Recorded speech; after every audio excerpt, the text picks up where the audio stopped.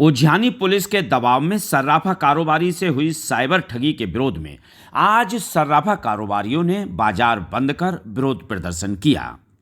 सर्राफा बाजार बंद रहा और सर्राफा कारोबारियों ने सांकेतिक धरना दिया।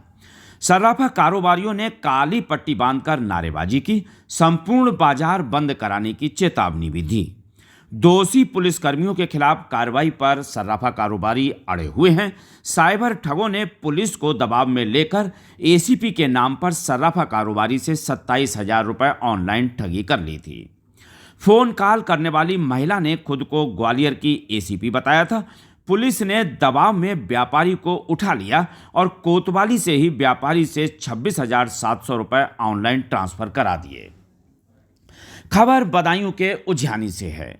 सर्राफा एसोसिएशन के महामंत्री एवं नगर के शॉपिंग सेंटर में सर्राफा दुकान के स्वामी आलोक कुमार अग्रवाल से कल साइबर ठगों ने पुलिस के दबाव से 26,700 रुपये ऑनलाइन ठगी कर ली थी। इस घटना के विरोध में आज नगर की सर्राफा एसोसिएशन के आह्वान पर नगर का सर्राफा बाजार पूरी तरह से बंद रहा। सर्राफा कारोबारियों ने दोषी पुलिसकर्मियों के खिलाफ कार्रवाई और ठगे गए रुपए की वापसी की मांग करते हुए सांकेतिक धरना दिया। व्यापारियों ने मुख्य चौराहे पर काली पट्टी बांधकर नारेबाजी करते हुए प्रदर्शन किया। सर्राफा एसोसिएशन के पदाधिकारियों की मांग थी कि सर्राफा कारोबारी आलोक कुमार अग्रवाल से अभद्रता करने वाले और साइबर ठगों का सहयोग करने वाले पुलिसकर्मियों के खिलाफ कार्रवाई होनी चाहिए। सर्राफा कारोबारी आलोक कुमार अग्रवाल ने कल जो तहरीर दी उस पर मुकदमा दर्ज किया जाए। धरना और प्रदर्शन में बड़ी संख्या में सर्राफा कारोबारी शामिल हुए। उन्होंने चेतावनी दी कि जल्द कार्रवाई नहीं हुई तो संपूर्ण बाजार बंद करके पुलिस के खिलाफ आंदोलन किया जाएगा। आपको बता दें, उज्जैनी नगर के मोहल्ला नारायणगंज के रहने वाले आलोक कुमार अग्रवाल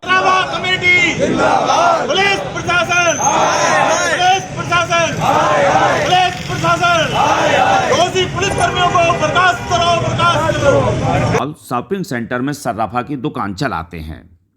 आलोक कुमार अग्रवाल ने बताया कि बुधवार को 1 बजे उनके पास एक फेक कॉल आई, जो मैंने कोतवाली पहुंचकर महिला आरक्षी शिवानी की बात कराई। उन्होंने मुझे आश्वासन देकर भेज दिया। जब मैं अपनी दुकान पर पहुंचा तब एसएसआई मनोज कुमार और 6 सिपाही उसकी दुकान पर मौजूद थे। मुझे जबरदस्ती दुकान से उठाकर ले गए। जब मैंने उनसे प्रकरण पूछा तो उन्होंने बताया कि हमारे पास आला अधिकारियों का फ़ोन आया है कि तुमने ग्वालियर की एसीपी से बदतमीजी की है। उसके बाद एसएसआई ने अपने फ़ोन से मेरी एसीपी से बात कराई। तब एसीपी रजनी सिंह ने कहा कि आपने 5 ग्राम का चोरी का पैंडल खरीदा है, जबकि मैं उस तारीख में दुकान पर नहीं था बल्कि बाहर था। उसके बाद मुझ पर दबाव बनाया गया और कहा गया कि 411 का मुकदमा दर्ज होगा और 90 दिन तक जमानत नहीं होगी। इसलिए ये जो आलोक कुमार अग्रवाल क्या करते हैं? सर्राफे की दुकान। क्या प्रकरण है ये? प्रकरण यह है कि कल मेरे पास एक कॉल आई थी जो मुझे ये लगी ये फेक है, और मैंने वो कॉल काट दी। तुरंत ही कोतवाली में गया और वहाँ बताया कि इस तरह से इस नंबर से मुझ पर एक फेक कॉल आई। वहाँ कोई भी अधिकारी मौजूद नहीं था। महिला आरक्षी शिवानी थी।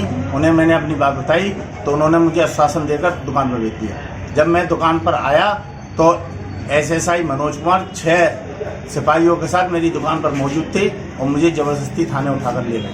मैंने उनसे प्रकरण पूछा तो उन्होंने बताया कि हमारे पास आला अधिकारियों का फ़ोन आया है। तुमने मध्य प्रदेश आला अधिकारी कौन? आला अधिकारी में सीओ हो सकते हैं, एसपी हो सकते हैं। उन्होंने मुझे आला अधिकारी बताया और ये कहा कि आपने ग्वालियर की एसएसपी से बदतमीजी की है इसलिए उठाए हैं। फिर उन्होंने एसएसपी से या एसीपी से? एसीपी जी ग्वालियर की एसीपी जिनका नाम ट्रू कॉलर पर रजनी सिंह आ रहा है, उनसे बदतमीजी की। फिर उन्होंने एसएसआई मनोज कुमार ने अपने ही फ़ोन से मुझे रजनी सिंह से बात कराई और रजनी सिंह ने कहा कि आपने 5 ग्राम सोने का पैंडल चोरी का खरीदा है। मैंने कहा मेरे पास कोई इस तरह की प्रक्रिया नहीं है, ना मैंने खरीदा है। जो तारीख वो बता रही थी उस तारीख को मैं उज्जैनी में दुकान पर नहीं था। मैं उस तारीख को मिरर था जिसकी भी एविडेंस मेरे पास उपलब्ध है। फिर क्या हुआ? उसके बाद उन्होंने मुझे वहाँ दबाव बनाया गया और दबाव बना के ये कहा कि 411 का मुकदमा दर्ज होगा, 90 दिन तक तुम्हारी जमानत नहीं होगी। इसलिए जो ये कह रही है वो बात मान लो।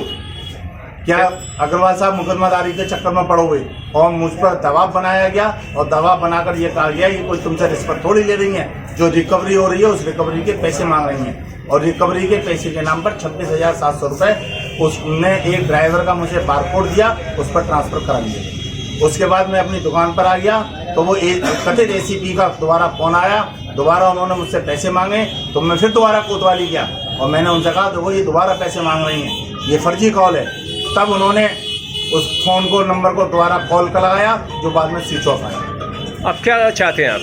जो पुलिस वालों ने मेरे साथ अभद्र व्यवहार किया है, बगैर जांच पड़ताल करे हुए मेरी दुकान पर आए हैं और मुझसे जबरदस्ती पैसे ट्रांसफर कराए हैं, उन पुलिस कर्मियों के खिलाफ विभागीय कार्रवाई हो, बर्खास्त हो और मेरा पैसा मुझे वापस दिलवाए। कह रही हैं भय मान लें।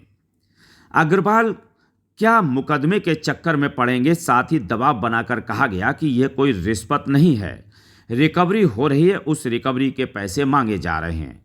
रिकवरी के नाम पर उसने एक ड्राइवर का बार कोड दिया और उस पर 26,700 रुपये ट्रांसफ़र करा लिए। आलोक कुमार अग्रवाल कहते हैं कि रुपए ट्रांसफ़र के बाद मैं जैसे ही दुकान पहुंचा तभी तथाकथित एसीपी का दोबारा पैसे ट्रांसफ़र करने का उनके मोबाइल पर फ़ोन आ गया।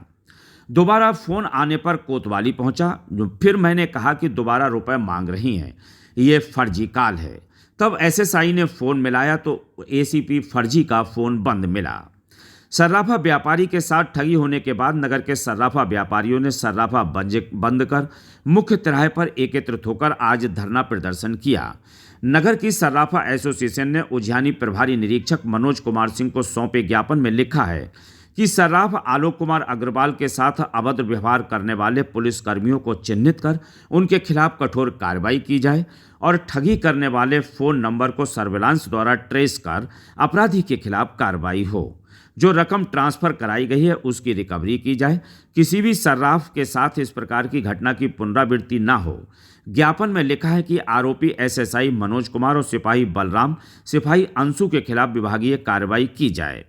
इस संबंध में प्रभारी निरीक्षक मनोज कुमार सिंह कहते हैं कि इस पूरे प्रकरण की जांच की जाएगी, जो भी दोषी पाया जाएगा उसके खिलाफ नियमानुसार कार्रवाई की जाएगी।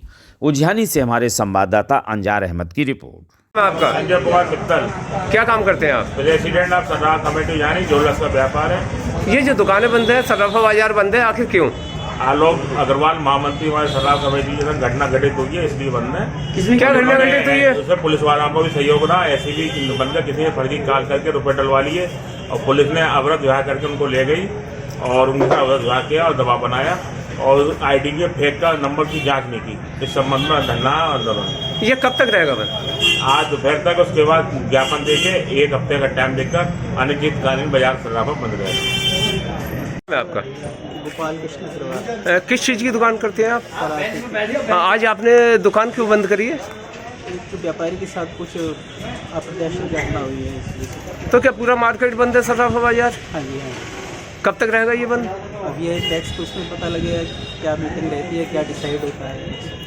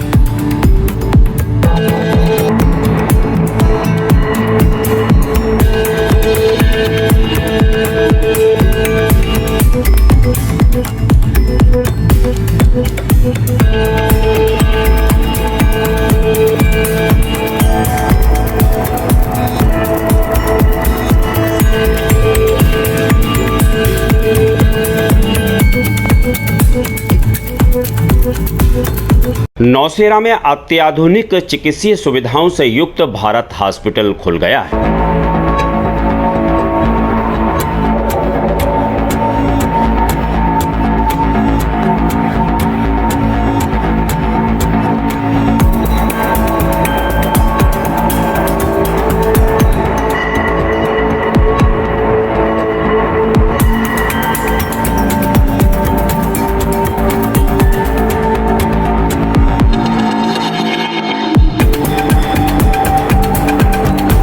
गुप्त रोगों के सफल इलाज के लिए मिले हर शुक्रवार को डॉक्टर देव से नवादा चौराहे पर।